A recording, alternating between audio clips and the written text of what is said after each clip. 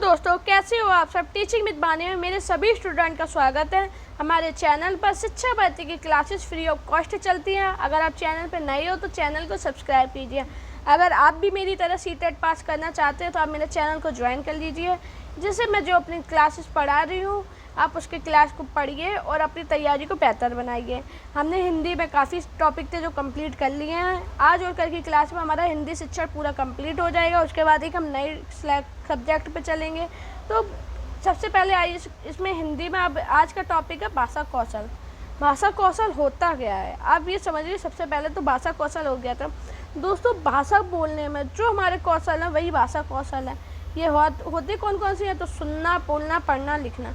ये जो क्रम है ये क्रम मनोवैज्ञानिक क्रम है। आपको इसी क्रम में याद रखना और इसी क्रम में आज पूछा भी जाता है। चीटर में पूरा पॉइंट ये भी पूछा गया है कि भाषा कौशल के क्रम कौन कौन से। तो आपको सीधा याद रखना सुनना, बोलना, पढ़ना, लिखना। इसकी ट्रिक अगर आपको मैं बताऊं तो सुबोपाली,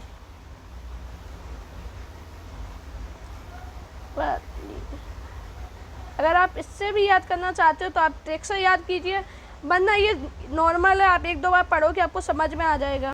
तो भाषा कौशल कौन कौन से क्रम है? सुनना, बोलना, पढ़ना, लिखना। आपको ऐसे ही याद रखोगे तो ज़्यादा बेस्ट है। अगर नहीं याद रख पा रहे तो आप ट्रिक के साथ जाइए। आप बस अपनी चीज़ों को समझिए, चाहे हमने ट्रिक से पढ़ा हो चाहे हमने कैसे भी पढ़ा हो, आपका क्वेश्चन सही जाना चाहिए। बस यही है सीधा। तो क्या है अब जानते हैं अगले पॉइंट पर। भाषा के चारों कौशल सुनना, बोलना, पढ़ना, लिखना एकीकृत व अंतर संबंधित होते हैं। अब ये क्या है अंतर संबंधित? क्या है? सुनना, बोलना, पढ़ना, लिखना जब ये इंसान के अंदर, ये बच्चे के अंदर आ जाते हैं तो उसमें क्या आ जाता है? भाषा का कौशल आ जाता है। तो ये एक दूसरे से अंतर संबंधित होते हैं। क्या है? सुनना और पढ़ना ग्राम्यात्मक कौशल है। जब सुनना और हम पढ़ रहे हैं, ठीक है, तो हम एक ग्रहण कर रहे हैं। और बोलना और लिखना अभिव्यक्तात्मक कौशल है। तो क्या है हम लोग अपनी जब बोल रहा होता है इंसान या लिख रहा होता है तो इंसान अपनी अभिव्यक्ति को लिखता है, ठीक है। और सुनना होता है जब हम लोग पढ़ रहे होते हैं तो हम ग्रहण कर रहे होते हैं। तो क्या है सुनना और पढ़ना ग्राम्यात्मक कौशल है और बोलना और लिखना अभिव्यक्तात्मक कौशल है। आइए चलते हैं नेक्स्ट पॉइंट पर। भाषा कौशल सुनना, बोलना, पढ़ना, लिखना क्रम में सीखे जाते हैं, परंतु केवल इसी क्रम में सीखे जाते हैं ऐसा नहीं है। तो आपको ये याद रखना है जो सुनना, बोलना, पढ़ना, लिखना होता है, हाँ इस क्रम में सीखे जाते हैं। ये मनोवैज्ञानिक क्रम है, लेकिन ये कहना है कि सिर्फ इसी क्रम में आप सीख सकते हो, नहीं, ऐसा नहीं है। ये गलत हो सकता है। हो सकता है बच्चा पहले लिखना सीख ले बाद में पढ़ना सीखे। तो आपको याद रखना है कि सुनना, बोलना, पढ़ना, लिखना ये मनोवैज्ञानिक क्रम है। ये सुनना और पढ़ना ग्राम्यात्मक कौशल है। बोलना और लिखना अभिव्यक्तात्मक कौशल है। भाषा कौशल में जो क्रम है वो केवल इसी क्रम में सीखे जाएंगे, क्लियर नहीं है। मतलब नहीं है कि सिर्फ बच्चा इसी क्रम में सीखेगा, नहीं। कुछ बच्चे होते हैं पहले लिखना सीख लिया फिर पढ़ना सीखा, तो उसका हम नहीं कह सकते। लेकिन हाँ अगर पेपर में आएगा भाषा कौशल के मनोवैज्ञानिक क्रम क्या है तो हमें यही याद लिखना है, सुनना, बोलना, पढ़ना, लिखना, उसमें कुछ नहीं करना है। लेकिन हाँ हमारे समझने के लिए हमें याद रखना कि बच्चा केवल इसी क्रम में सीखता है ऐसा नहीं है। लेकिन पेपर में पूछा जाए तो हमें याद रखना सुनना, बोलना, पढ़ना, लिखना, ठीक है। अभी सुनना होता क्या है? सुनना, बच्चे को सुनने का मौका देंगे। अब क्या है जैसे मैं आपको पढ़ा रही हूँ तो मैं आपको एक सुनने का मौका दे रही हूँ कि आप मेरी चीज़ों को समझे। यही है, सो बच्चे को मौका दे रहे पढ़ने के लिए, ठीक है। बच्चे को शब्द का उच्चारण करवाना। अब क्या है जब बच्चा होता है, जब मैंने जैसे हम लोग स्कूल में जाते हैं, ठीक है, क्या होता है आपने बच्चे देखा होगा पहले टीचर पढ़ती है उलम, ठीक है, उसके बाद देखिए बच्चे को कहती है कि आओ अब आके पढ़ो। यही है उच्चारण। बच्चों को उच्चारण कर रहे, पहले बच्चे ने सुना, चीज़ों को समझा, उसके बाद बच्चों ने उसका उच्चारण किया। यही है। कहानी व कविता सुनाना आपने देखा होगा प्राइमरी स्कूल में। अगर आप गए हो टीचिंग करने, बाकी आपने टीचिंग कर रखी है तो आपको पता होगा कि प्राइमरी स्कूल में बच्चों को पढ़ाया जाता है तो क्या होता है लास्ट के पीरियड में या किसी क्लास में एक हम लोगों का चार्ट होता है बच्चों का, उसको बस में एक बार टीचर पढ़ देता है। उसके बाद जो हमारे बच्चे आते हैं वो आते एक एक करके आता है और वो पढ़ता है उसे, ठीक है, और वो चीज़ों को समझ जाता है। दूसरे को ऐसे नंबर बाई नंबर करते रहते हो तो बच्चे क्या होता है बच्चे को उच्चारण करवाया जाता है शब्दों का, ठीक है। कहानी कविता, बच्चे को कहानी सुना रही है, एक टीचर कहानी सुना रही है। कहानी सुनाने का मतलब क्या होता है कि बच्चे को ध्यान केंद्रित करे पढ़ाई के ऊपर। कविता अगर बच्चे को ऐसी सुनाए कि बच्चे का पढ़ाई की तरफ ध्यान हो, यही है, यही सुनना है। बच्चा सुन रहा है, चीज़ों को समझ भी रहा है, अपना अपना विकास कर रहा है, यही है सुनना, ठीक है। अब क्या है बोलना, क्या है कविता का पठन, संवाद कर सकते हैं, मौखिक प्रश्न पूछ सकते हैं, बच्चों से किसी विषय पर टिप्पणी करने को कह सकते हैं, ये क्या कविता। अब बच्चा जब होता है, हम एक कविता दे दी, ठीक है, अब बच्चा जब बड़ा हो जाता, थोड़ा और बड़ा हो गया, ठीक है, अब वो कविता को पढ़ रहा है, ठीक है, तो वो क्या है कविता का पढ़ रहा है, वो अब कुछ में थे क्वेश्चन। अब बच्चे सभी क्लास में बच्चे ने कविता पढ़ ली, ठीक है, अब हम लोगों ने क्या बोला कि अब चलो इस पर क्वेश्चन ढूंढते हैं, ठीक है। अब बच्चा क्या करता है, एक दूसरे बता रहा है, अब क्या है कौआ प्यासा था तो उसने किससे पानी पिया, जैसे कौए वाली कहानी है, तो बच्चा क्या उसमें दिमाग ढूंढ रहा है, तो फिर बताएंगे बच्चा, नहीं मैम ये था, नहीं ये था। तो क्या बच्चे संवाद कर रहे हैं, उनसे मौखिक प्रश्न पूछ सकते हैं। जब बच्चे से कोई प्रश्न पूछे और उसने आंसर दिया तो क्या यही संवाद हो गया, यही उससे प्रश्न पूछे जा रहे। बच्चे पर किसी भी विषय पर टिप्पणी करने को कह सकते हैं। अब क्या हुआ, जब बच्चे को एक चैप्टर पढ़ा दिया, उसके बाद उससे बोला कि अब इस पर टिप्पणी करो, अपनी अपनी बताओ, तो सब बच्चे बता दे कि नहीं मैम ऐसा नहीं हो सकता, तो नहीं मैम ऐसा नहीं हो सकता। तो क्या है बच्चे चीज़ों को समझ रहा है, तो ऐसे बच्चे का जो भाषा का कौशल है तो वो बढ़ता है। तो आपको याद रखना है ये। मैं ऐसे ही पूछ सकते हैं कि बच्चे का अगर बोलने का अवसर दिया जाए तो उस पर क्या आप कर सकते हैं, उससे क्या हो रहा है, तो उससे बच्चे का भाषा का कौशल बढ़ रहा है। सीधे ऐसे टू द पॉइंट पूछे गए और आप पेपर उठाना, आपको समझ में आएगा कि जो मेरे नोट्स हैं और जो पेपर में दिए गए उसमें कुछ अंतर नहीं है। पेपर में जो दिए गए उसी से ढूंढ के हमने ये नोट्स बनाए हैं। तो आप इस क्लास को ज़रूर पढ़िए, सारी क्लासेस पढ़िए, पेपर सॉल्व कीजिए। आप बताना कमेंट में आगे आपके कितने नंबर बढ़े हैं। अब क्या है पढ़ना क्या है, पढ़ने के कौशल को वाचन भी कहते हैं। जब बच्चा पढ़ रहा होता है तो वाचन कर रहा है, बोल रहा है, यही पढ़ना, ठीक है। तो पढ़ना दो प्रकार से होता है, एक मौन पठन, एक श्वास पठन। अब आपको पहले तो यही याद रखना है, मौन पठन होता है वो बड़ी क्लासों के लिए होता है, लेकिन जो श्वासर पठन होता है वो छोटी क्लासों के लिए होता है। छोटी क्लास के बच्चे होते हैं वो श्वासर पठन से पढ़ते हैं और जो बड़ी क्लास के बच्चे होते हैं वो मौन पठन से पढ़ते हैं। तो क्या है, मौन पठन में बच्चे का ध्यान बेहतर होगा। क्यों होगा बच्चे का ध्यान बेहतर? अब बच्चा जब मौन पठन कर रहा है, ठीक है, वो क्या कर रहा है, उसे इधर उधर से डिस्टर्बेंस सबसे पहले नहीं मिल रहा। अब वो सिर्फ अपनी किताब को पढ़ रहा है तो उसका ध्यान केंद्रित है अपनी पढ़ाई की तरफ। अगर उसका ध्यान अपनी पढ़ाई की तरफ केंद्रित है तो उसका नॉर्मल सी बात है, उसका ध्यान बेहतर होगा, वह तेज़ी से पढ़ सकेगा। तेज़ी से क्यों पढ़ सकेगा? जब बच्चा मन में पढ़ता है। ये बच्चा क्या, हम लोग भी मन में जब पढ़े थे तो हम लोग जल्दी पढ़ लेते हैं बजाय जोर जोर से चिल्ला के पढ़ने में। तो आपको याद रखना है, मौन पठन में बच्चे का ध्यान बेहतर होता है, वह तेज़ी से पढ़ सकेगा और ज़्यादा विषय पढ़ सकेगा। ज़्यादा विषय कैसे पढ़ेगा? नॉर्मल सी बात है, जब वो धीरे मौन पठन कर रहा है, वो चीज़ों को जल्दी पढ़ रहा है। जब वो जल्दी पढ़ लेगा तो और भी सब्जेक्ट पढ़ सकेगा, ये भी तो है। आपको टू द पॉइंट आते पेपर में पूछा जाता है मौन पठन कौन सी क्लास के लिए उपयोगी है, तो आपको याद रखना है ये मौन पठन है, ये जूनियर क्लासेस मतलब बड़ी क्लासेस के लिए उपयोगी है।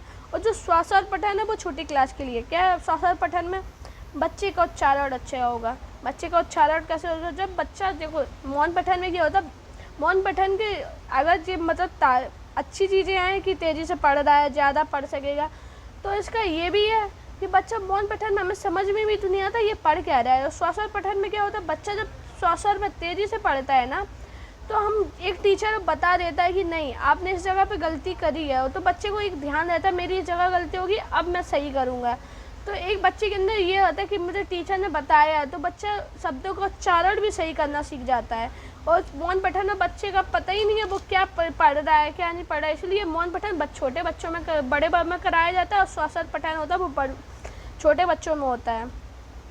सुनने और बोलने की कौशल बेहतर हो गए। सुनने और बोलने को कैसे, अब जैसे बच्चा एक पढ़ रहा है, ठीक है, जैसे छोटे बच्चों में हमने देखा होगा बुक पढ़ा रहे, तो क्या है वो पढ़ रहा है, तेज़ी से पढ़ रहा है, तो पहले तो उसका उच्चारण अच्छा हो रहा है, और दूसरा क्या हो रहा है वो बोल रहा है, ठीक है। जब वो क्लास में बोल रहा है तो उसे एक दूसरे से बोलते हैं ना बच्चा, तो क्या होता है जब एक क्लास में आगे बच्चा खड़े होके वो किताब को पढ़ रहा है तो उसे क्या बोल रहा है, तो उसमें उसका एक डर निकल जाता है। और जब उसका बच्चे का डर निकल जाएगा तो धीरे धीरे क्या होता है, बच्चे का कौशल होता है जो बढ़ता जाता है। बच्चे के अंदर डर निकल जाता है तो वो अपनी पढ़ाई को अच्छे से करता रहता है, फिर एक फ्लो बन जाता है। तो क्या है, सुनने और बोलने के कौशल बेहतर हो गए। श्वासर पठन में रस भी आता है। अब रस का मतलब इधर क्या है, एक बोल रहे होते ना तो हमें मौन पठन में समझ भी नहीं आ रहा क्या पढ़ रहे क्या नहीं पढ़ रहे, और श्वासल पैटर्न वो जब हम लोग बोलते हैं ना, एक दूसरे समझाते हैं या बोल ले, पढ़ के कुछ बोल ले, तो एक रस के नॉर्मल एक लय के साथ बोलते हैं, एकदम तो है नहीं चिल्ला चिल्ला के बोलने, नहीं नॉर्मल बोलते हैं, तो क्या है श्वासल पैटर्न में रस भी आता है। इसलिए कहते हैं मौन पठन है वो जूनियर के लिए और स्वर पठन प्राइमरी के लिए, क्योंकि जब हम लोग बड़े हो जाते हैं तो हम लोग को चीज़ें समझ में आ जाती हैं, क्या कैसे पढ़ना है, हम लोग गलत नहीं पढ़ रहे होते, तो हम लोग मौन पठन कर सकते हैं। लेकिन छोटे बच्चों को जब उन्हें पढ़ना नहीं आ रहा, तो अगर उन्हें स्वर पठन मौन पठन कराएंगे ना, तो वो गलतियाँ करेंगे पढ़ने में, उन्हें पता ही नहीं है मैं सही पढ़ रहा कि गलत पढ़ रहा। इसलिए छोटे बच्चों को स्वर पठन कराया जाता है। और आपने तो स्कूलों में देखा भी होगा, किताबें पढ़ाई जाती है बच्चों को।